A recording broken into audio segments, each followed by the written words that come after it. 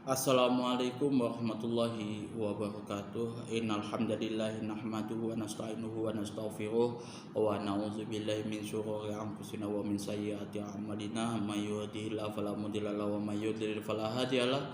Asyhadu an la ilaha illallah wahdahu la syarikalah wa asyhadu anna Muhammadan abduhu wa rasuluh.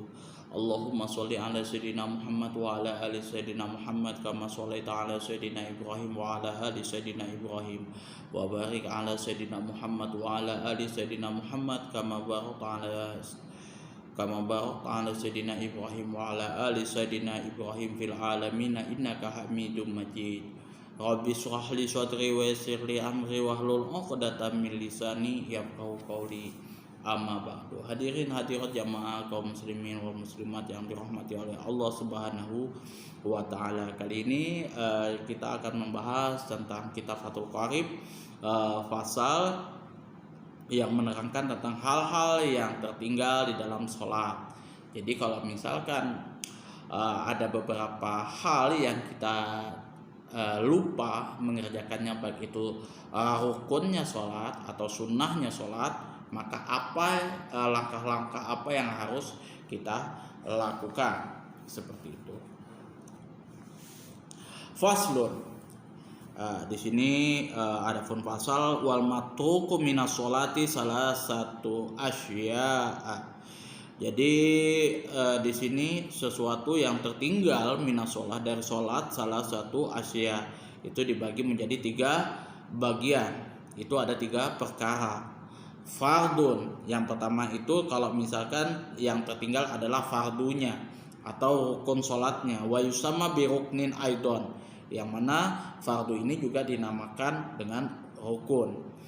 Wa sunnatun wa hayatun, jadi ada sunnahnya sholat, juga ada hayahnya sholat. Wa huma ma'adal fard.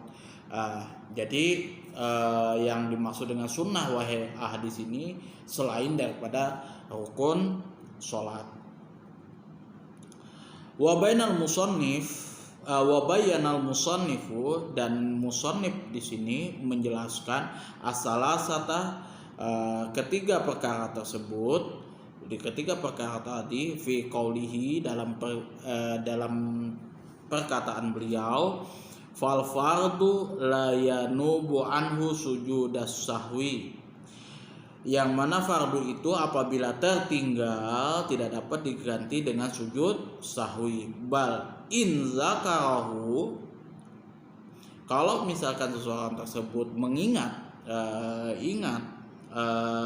ail fardhu, rukunnya tadi, wa huwa fi sholati, yang mana dia seseorang tersebut telah sempurna sholatnya, atabihi wa tammat sholatahu au zakarahu ba'da salam. Fi sholati atabihi wa tammat sholatuhu, atau di sini dan seseorang tersebut di dalam sholatnya, dia ingat di dalam sholatnya, atau dan di sini juga dia sudah sempurna sholatnya, yang mana seseorang tersebut zakarahu ba'da salam, ingat sesudah salam. Wa zamanu qarib atabihi wa bana alaihi, yang mana waktu seseorang tersebut lupa belum terlalu lama, maka seseorang tersebut melaksanakan sholatnya, mengerjakan sholat yang tertinggal tadi, sesuatu yang tertinggal tadi, kemudian berdiri melaksanakan sesuatu yang tertinggal, mabakia minas sholat, dari perkara yang belum dikerjakan di dalam sholat itu. Jadi seperti ini, misalkan yang biasa itu yang saya temukan itu, misalkan seseorang tersebut seperti ini ya,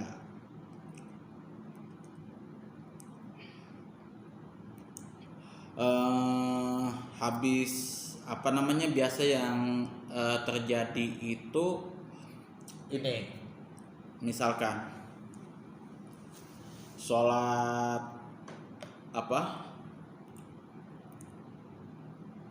rakaat yang biasa terjadi itu kayak gimana ya? Kalau kelupaannya itu, kalau dari sisi rukun itu misalkan habis bismillahirrahmanirrahim anwaladolin amin, habis baca baca Al-Quran kayak gitu, surah Al-Quran langsung sujud tanpa ruku. Nah misal seperti itu, tapi jarang terjadi. Yang biasa terjadi itu tasyahud awal misalkan seperti itu.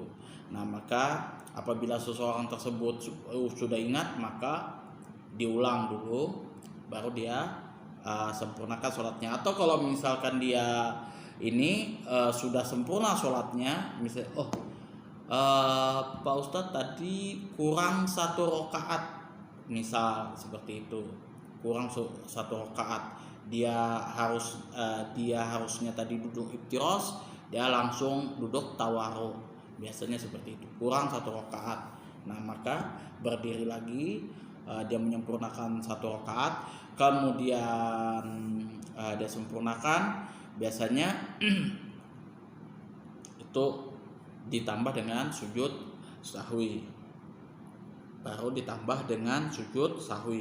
Wasajada li sahwi, dan supaya mengerjakan sunat sahwi di sini, kenapa dia dilakukan sujud sahwi di sini disebutkan wahwa sunnatun kama sayati, karena mengerjakan sujud sahwi itu karena lupa. Adapun sujud sahwi maka hukumnya adalah sunnah sebagaimana yang akan diterangkan. Lakinna inda tarki ma'mur bihi fi shalah au fi'lin manhi anhu fihi.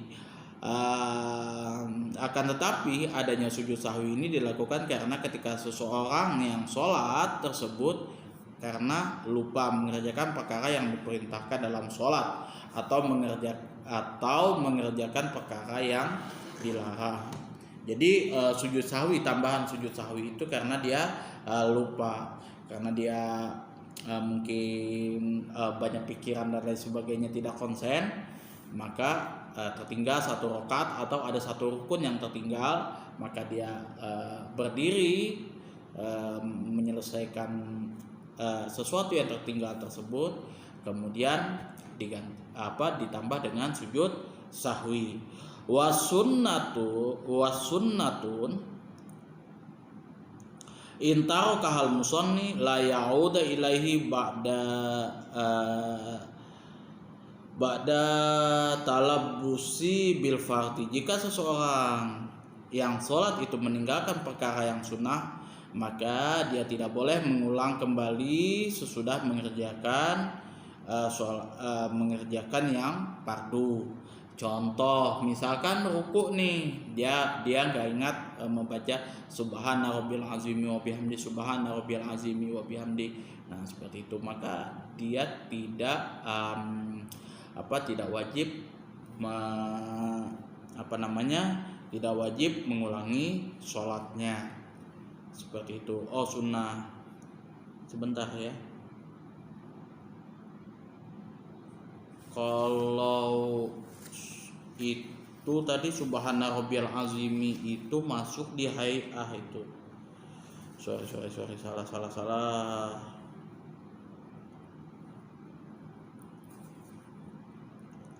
Sami Allahu liman hamidah.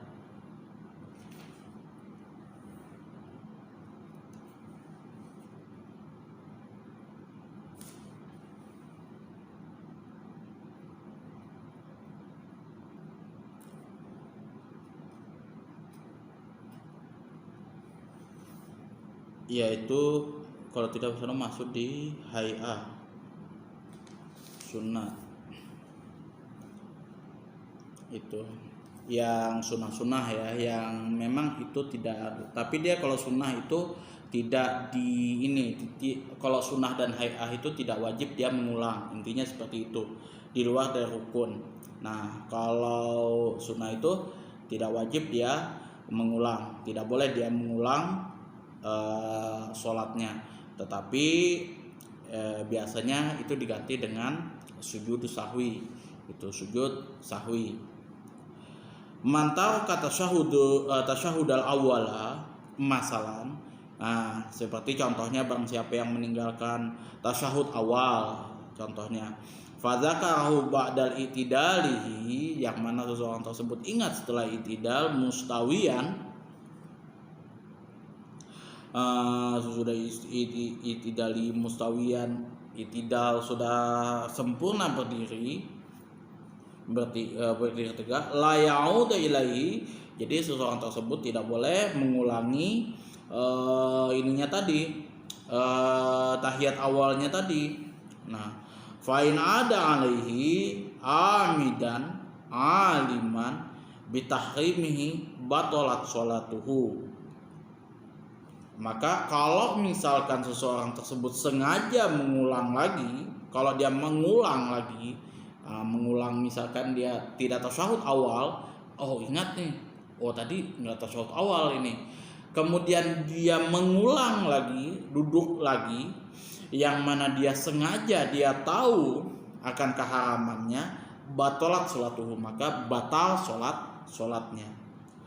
Au nasian, kalau misalkan seseorang tersebut lupa, tidak tahu, innahu fis sholati au jahilan, atau dia tidak tahu dengan hukumnya tadi, hukum dilarang mengulang ketika kita tertinggal sunnahnya sholat, maka tidak membatalkan, fala tabtulu sholatuhu, maka tidak membatalkan sholatnya.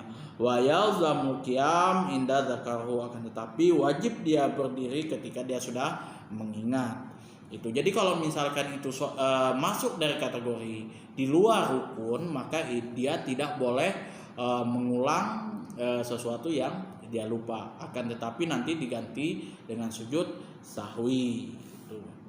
Seperti itu. Jadi nggak usah teman-teman, kalau di luar dari rukun itu seperti tasyahud awal itu nggak perlu diulang kalau misalkan lupa. Nah kalau misal dia ini dia mengulang, dia tahu akan keharamannya, maka dia batal sholatnya. Apabila dia tidak tahu, dia mengulang kayak gitu karena dia tidak tahu ini sunnahnya kapan, sunnah apa rukun apa segala macam kayak gitu, dia tidak tahu hukumnya, maka tidak membatalkan sholatnya. Akan tetapi seorang tersebut apabila ingat, dia wajib berdiri. Fa in kana ma'mum ada wujuban di mutaba'ati imami. Apabila seseorang tersebut berstatus sebagai makmum, maka ia wajib mengulang kembali karena ia harus mengikuti kepada imamnya. Lakinnahu yasjudu lisahwi anhu. Tetapi hendaknya dia juga melakukan sujud sahwi karena tertinggal mengerjakan sunnahnya. Fi surati adama awil aud nasya, sujud sahwi karena tertinggal mengerjakan sunnah, sebagaimana contoh yang diperbolehkan untuk mengulang yang tertinggal karena kelupaan. Nah tadi kan yang kalau misalkan kita bermakmum seperti itu, nah mengikuti imam, yang mana imam tersebut tidak melakukan tasyahud awal, itu kelupaan dia tasyahud awalnya, maka di sini seorang makmum tadi ya mesti harus ikut ini sujud sahwi. Tetapi dia melakukan sujud sahwi. Kalau misalkan makmumnya kalau imamnya tadi mengulangi, dia misalkan dia mengulangi duduk tasyahud awal, ya ikuti aja karena mengikuti imam. Akan tetapi dia wajib sujud sahwi. Nah seperti itu. Kalau ini makmum, kondisi makmum.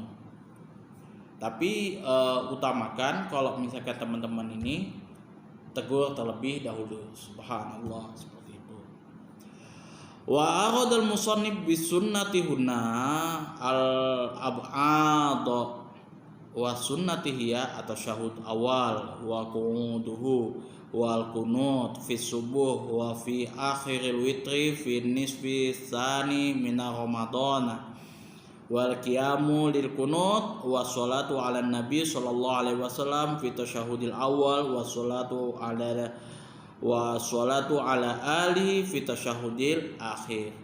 Nah, menurut pendapat musannif bahwa pengertian sunnah di sini ialah sunnah ab'ad, yaitu jumlahnya ada 6, yaitu tahiyat awal, kemudian duduk tahiyat awal, kemudian kunut di dalam sholat subuh, kemudian di sini yang keempat adalah pada akhir witir dalam setengah yang akhir bulan Ramadan. Jadi sholat witir itu juga masuk sholat ab'ad setengah dari yang akhir bulan Ramadan. Yang kelima berdiri karena doa kunut.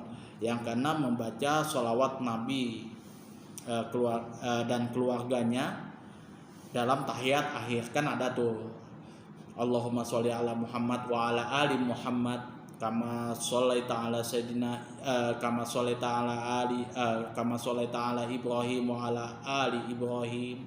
Itu. Nah, itu sunat ab'ad itu. Nah, apabila yang dimaksud tadi sunnah tadi kalau misalkan itu ketinggalan, maka itu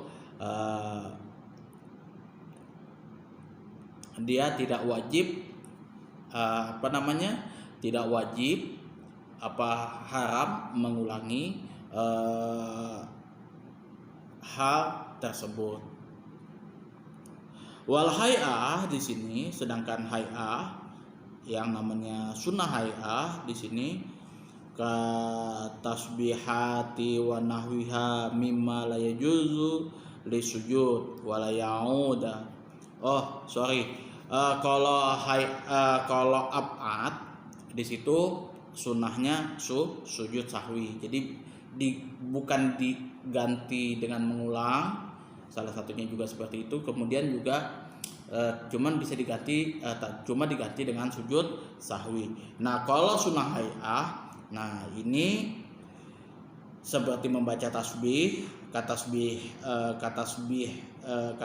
hati seperti membaca tasbih, wa nahwiha dan lainnya, mimma la yajuzu yang mana di dalam rukuk dan sujud tidak boleh ditambah dengan sujud sahwi. La yajuzu bisujud sahwi la ya'uda, dan juga tidak boleh juga mengulang kembali al musolli ilaiha ba'da tarkihi wa la yasjudu li sahwi anha sawa'un tarakaha amdan aw sahwan. Jadi kalau sunat hay'ah ini intinya di sini tidak boleh diganti dengan sujud sahwi dan juga tidak boleh mengulang sesuatu yang tertinggal tadi, sunnah yang tertinggal tadi, meskipun dia lakukan dengan sengaja atau lupa. Wa idza syakal musonni fi adadi ma ata bihi min rakaat, apabila seseorang tersebut ragu-ragu dalam bilangan rakaat yang telah dia kerjakan, kaman syakka hal sholat salasan au arba'an. Nah, seperti halnya kita melakukan 3 atau 4. Nah, ini biasa terjadi ini. Ini biasa terjadi ini. Jadi misalkan nih saya ragu nih, ini sholat sudah 3 rakaat atau 4 rakaat. Bana 'alal yakin wa huwa al-aqall. Maka ambil keputusan yang paling sedikit, yaitu 3 kasalasah, seperti 3 rakaat. Fi hadzal misal wa ata bi raqatin.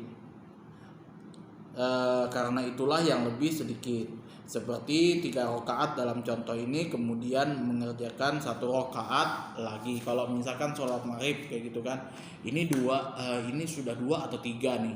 Nah, ambil yang 2 yang paling sedikit, seperti itu. Kalau misalkan sholat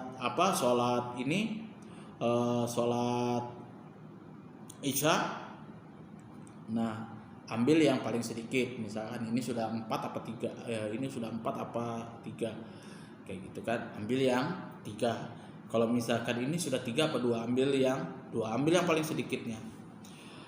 Wala yanfa'uhu ghalabahu dzan annahu shalla arba'an wala yaf'al biqauli ghairi lahu anhu shalla arba'an wala balagha dzalikal qail adadal tawatur. Dan tidak ada gunanya orang tersebut menerapkan berdasarkan dugaan. Jadi ghalabahuz dzan ini berbeda ya kalau misalkan dengan ilmu hadis. Jadi ini kalau yang dinamakan ilmu fikih itu ghalabahuz dzan ini yang berdasarkan dengan perkiraan atau dugaan, yang mana dia sudah telah mengerjakan sholat 4 rakaat seperti itu. Demikian juga dia tidak boleh mengerjakan rakaat sholatnya tersebut berdasarkan ucapan orang lain, karena sesungguhnya ia sudah mengerjakan 4 rakaat. Meskipun ucapan orang tersebut mengenai bilangannya beberapa rakaat sudah dikerjakan oleh orang, telah dikerjakan oleh orang yang sholat tersebut. Jadi gini, kalau misalkan teman-teman yakin 4 rakaat, ya sudah 4 rakaat, misalkan seperti itu. Jadi teman-teman di anunya tadi ya sudah tidak terpengaruh, teman-teman yakin sudah 4 rakaat, maka ya apapun kata orang ya sudah, itu sudah tidak bisa diganggu gugat kalau misalkan sudah yakin seperti itu. Kecuali memang lebih kuatnya itu makmumnya. Misal dia dia mau berdiri lagi kayak gitu kan, sudah 3 rakaat, cuman dia nyangkanya 2 rakaat, dia mau berdiri lagi, kemudian makmum menegur subhanallah, maka ya sudah, dia duduk. Artinya yang paling diikuti adalah makmum yang mendengar, biasanya seperti itu. Maka keraguan-keraguan kita ngikuti yang makmum di belakang. Wa sujudi sahwi sunnatun. Nah, di sini sujud sahwi itu sunnah, kama sabaqa wa mahalluhu qablas salam. Nah, sebagaimana yang sudah dijelaskan ya, hukumnya sujud sahwi itu sudah dijelaskan di tadi pada penjelasan sebelumnya, dan dan tempatnya sujud sahwi itu qablas salam, sebelum salam. Jadi kalau misalkan teman-teman ada yang tertinggal, belum sempurna sholatnya, kemudian teman-teman ingat nih, misalkan biasa kalau saya itu yang terbiasa tertinggal itu kunut subuh. Nah itu, jadi kalau kunut subuh itu saya tinggal mengulangi lagi kayak gitu, subhanallah kayak gitu, saya nggak mengulangi lagi. Nah, saya ganti dengan sujud sahwi. Nah, sujud sahwi itu dilakukan sebelum salam. Nah, itu dilakukan sebelum salam. Jadi seperti itu sujud sahwi. In salamal musalli amidan aliman bisahwi au nasian wa talal faslu urfan fata mahalluhu fa in qasura al faslu lam yafut wa hina idzin falahu sujud wa tarkuhu. Adapun sujud sahwi itu sendiri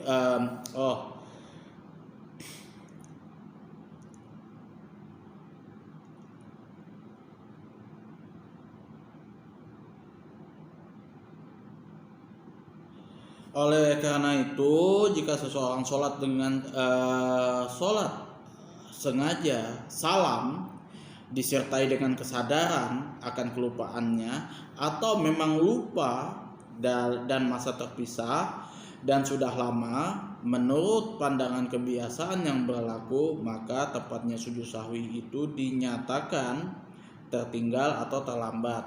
Nah, bila baru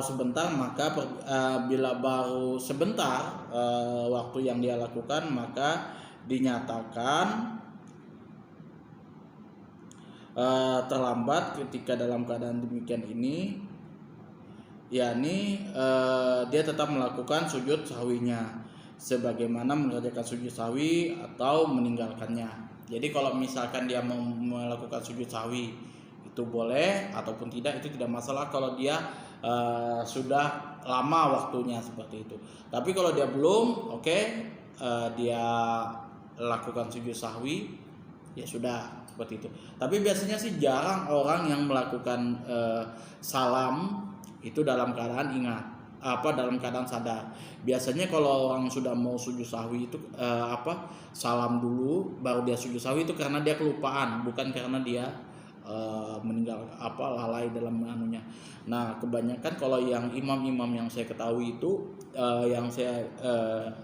yang biasa saya temukan itu karena memang dia kelupaan. Nah, jadi dia salam dulu, nah baru kita tegur, Ustadz ini ada ini yang kurang, baru dia mengerjakan yang kurang, baru dia sujud sahwi.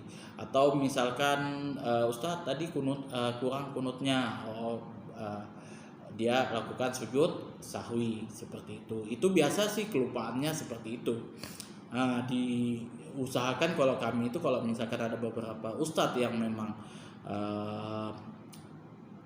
tertinggal rukun atau segala macam, dilakukan, dicegah sedini mungkin.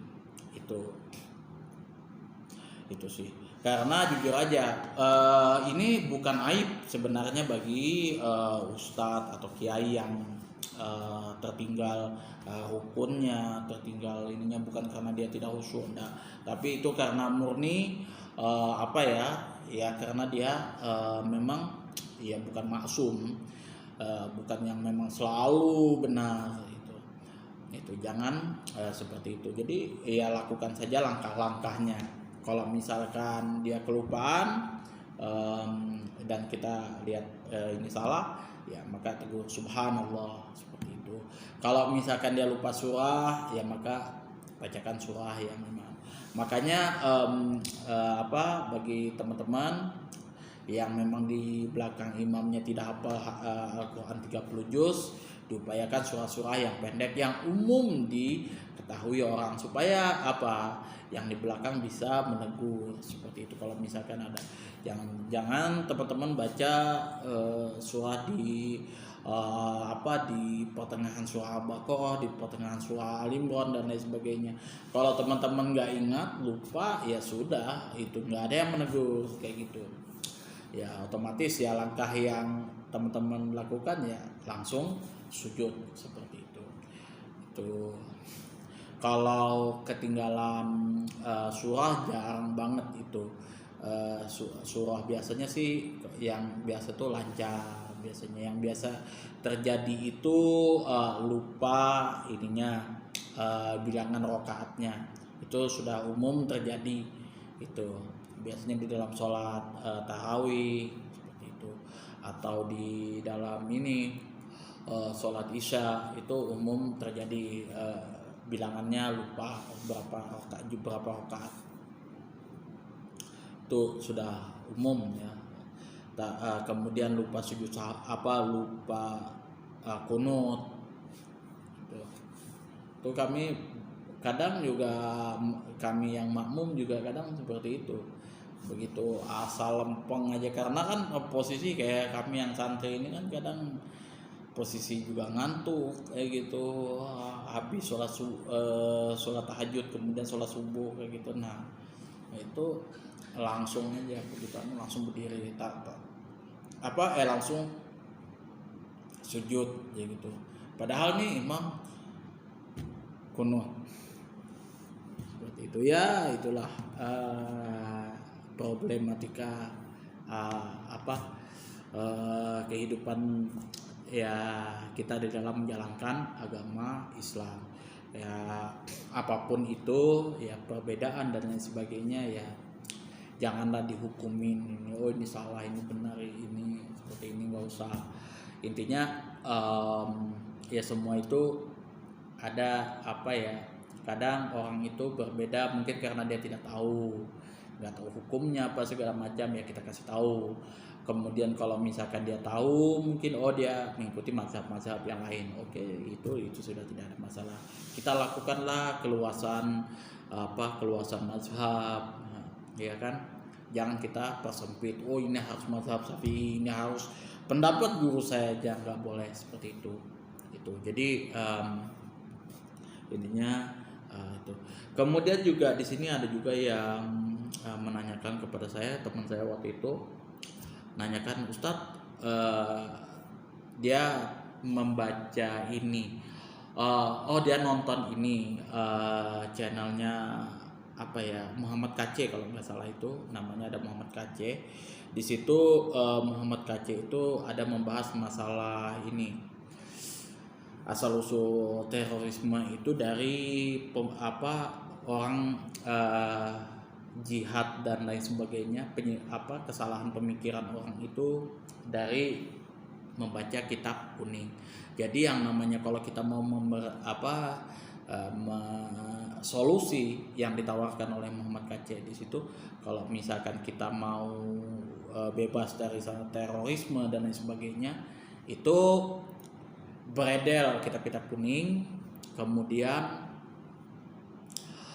hadis-hadis itu ditiadakan kayak gitu kan, maka pemikiran Indonesia ya nggak seteroris ya seperti halnya yang dilakukan di Makassar. Seperti itu sih kurang lebihnya saya nonton dia, walaupun saya nggak full kayak gitu, tapi saya download ke videonya itu. Ya mungkin ada yang mungkin saya salah tafsir atau apa kayak gitu, atau mungkin juga dia tidak tahu apa itu kitab kuning. Saya jujur aja, sejauh mata memandang, saya itu belajar selama 7 tahun itu kitab kuning semua itu. Jadi kitab kuning semua, walaupun juga ada yang kalau sekarang kayak Bulughul Maram ini sudah, kalau Bulughul Maram ini sudah dia cetakannya putih ya, ini seperti ini. Nah ini kitab kuning sebenarnya. Kemudian ini saya ambil yang terjemahan, tapi ini juga ada yang versi kitab kuningnya, ada juga yang HVS-nya. Nah kemudian ini saya ambil juga kitab Fathul Qorib. Nah ini terjemahan, memang saya pakai untuk mempermudah teman-teman di dalam memahami kitab tapi kebanyakan di dalam pondok-pondok pesantren NU itu kitab kuning semua. Kitab kuning itu sebenarnya tidak berbicara masalah jihad semata itu. Jadi untuk membakar orang, membasmi orang, kemudian ngebom sana sini, itu enggak seperti itu. Kitab kuning itu banyak pembahasannya. Contoh kitab kuning Mukhtasar Jidan itu khusus berbicara masalah ilmu nahwu.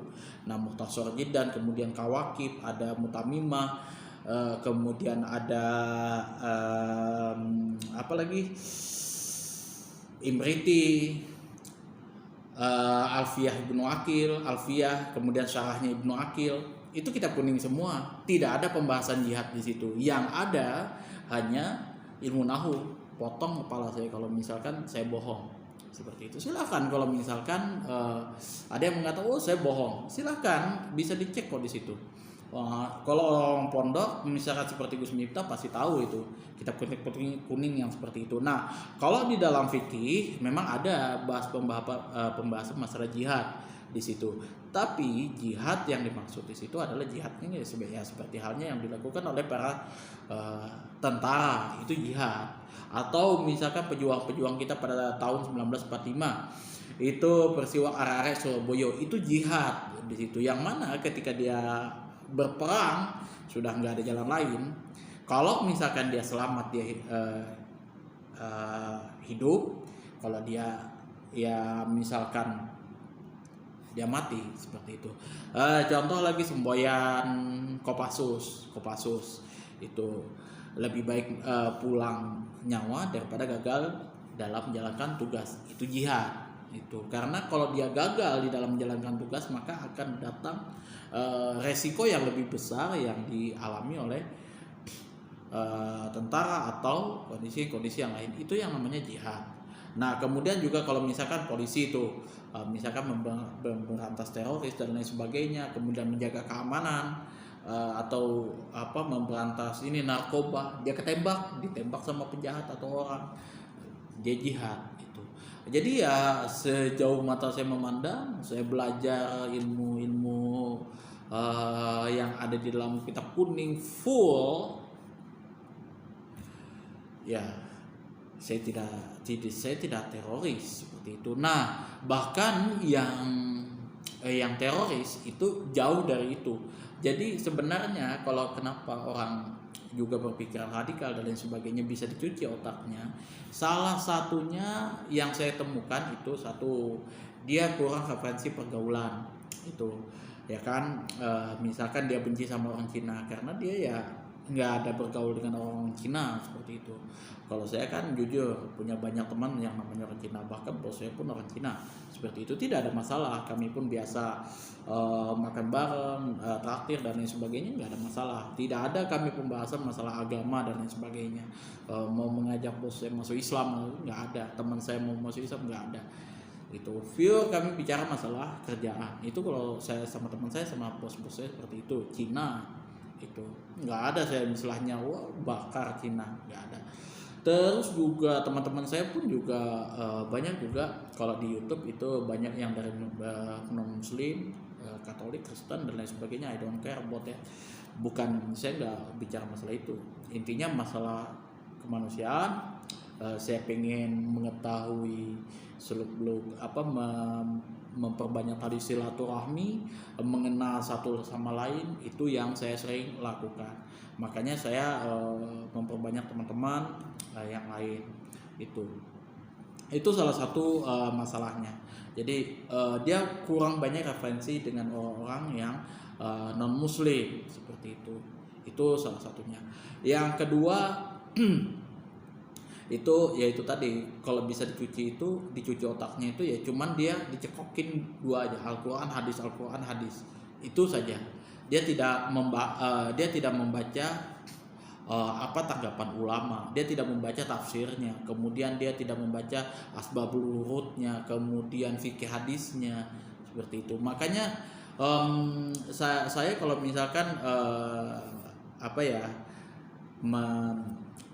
membaca hadis itu disertai dengan syarahnya. Nah, seperti itu. Kalau misalkan kitab Bulughul Maram saya sandingkan dengan kitab Ibanatul Ahkam atau kitab Subulus Salam seperti itu untuk mengetahui nih. Nah, maksud hadis ini seperti apa sih sebenarnya yang dipahami, misalkan dari sisi mazhab Syafi'i, mazhab Maliki, Hanafi dan lain sebagainya. Nah, kalau misalkan teman-teman membiasakan seperti itu untuk menjadi radikal, itu susah. Karena orang menjadi radikal ya karena itu tadi. Misal contoh ya kan kayak yang biasa dipakai oleh orang itu